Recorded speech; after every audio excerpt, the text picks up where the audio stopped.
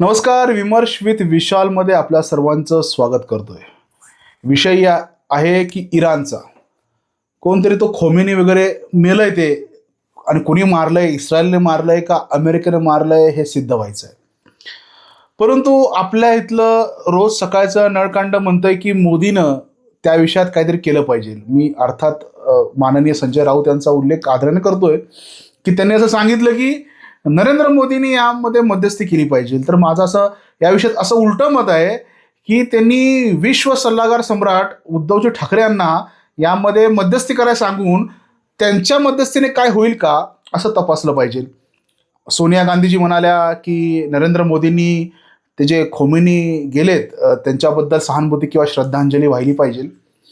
आता हा शेवटी पंतप्रधानांचा पर्सनल विषय आहे की त्यांनी आंतरराष्ट्रीय संबंध कसे ठेवायचे, काय ठेवायचे.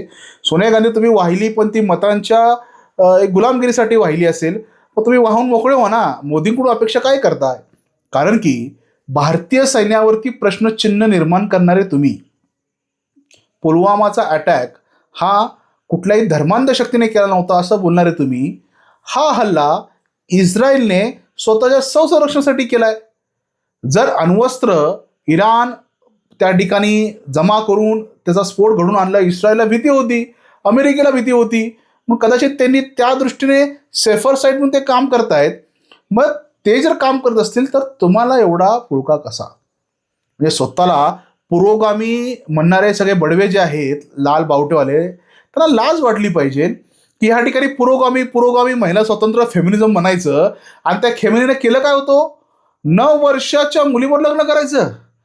स्त्रियांना संपत्तीमध्ये अधिकार नाहीये. घटस्फोटाचा अधिकार फक्त पुरुषांना. बुरखा घालायची सक्ती, किंवा जर घटस्फोटामध्ये मुलांचा ताबा द्यायचा असेल तर तो फक्त मुलांच्या वडिलांना द्यायचा. सौंदर्य प्रसाधनावर बंदी. म्हणजे असा बराच पाडा आहे तिथल्या. तुम्ही आज बघताय की इराणचं वातावरण, तिथं जल्लोष करतात महिला, आणि आमच्या इथे सोनिया गांधी रडतायत. म्हणजे हा विरोधाभास आहे, काही कनेक्शन आहे का हे तपासून पाहावं लागेल. अर्थातच सोशल मीडियावरती बरंच येत असतं, पण माझा त्याच्यावरती विश्वास नाही आहे. पण ह्यांना काय एवढा पुळका मला कळत नाही. भारतीय सैन्याबद्दल कधी एवढा पुळका तुम्ही दाखवला का? पण इराणबद्दल फार पुळका आहे. ते कोणीतरी जम्मू काश्मीरले हमारे अब्बू मर गए असं म्हटलं. बापरे, जेव्हा सैनिकावरती दगडफेक करतात, जे सैनिक तुम्हाला वाचवतात, संरक्षण देतात आणि वेळोवेळी मदत केली, त्यांच्यावरती दगडफेक करताना तुमच्या कुठे गेला होता या भावना? आणि कुठं तरी ते लांब मेलंय ते खोमेनी, आणि त्यासाठी तुम्ही सगळा अश्रू गाळता. अर्थात हा व्यक्ती स्वतंत्राचा विषय, लोक म्हणतील हा व्यक्ती स्वतंत्राचा विषय असो, पण कठीण आहे एकंदर परिस्थिती पाहिलं. मला वाटतं की विरोधी पक्षाने ते एवढं माती खातो, कठीण आहे. परंतु मोदींची भूमिका योग्य आहे. आंतरराष्ट्रीय संबंध त्यांनी जसे ठेवायचे तसे ठेवलेत, तटस्थ भूमिका आहे. पण भूमिका घेतलीच पाहिजे असं कुठं दिलंय?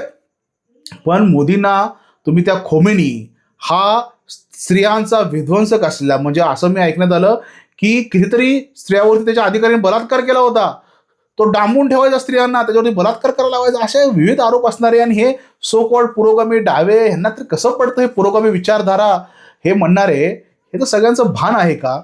तुमची बौद्धिक पातळी किती घसरले, आपण किती निर्लज्जपणाचं वर्तन करतो हे कळत नाही का काँग्रेस सरकारला?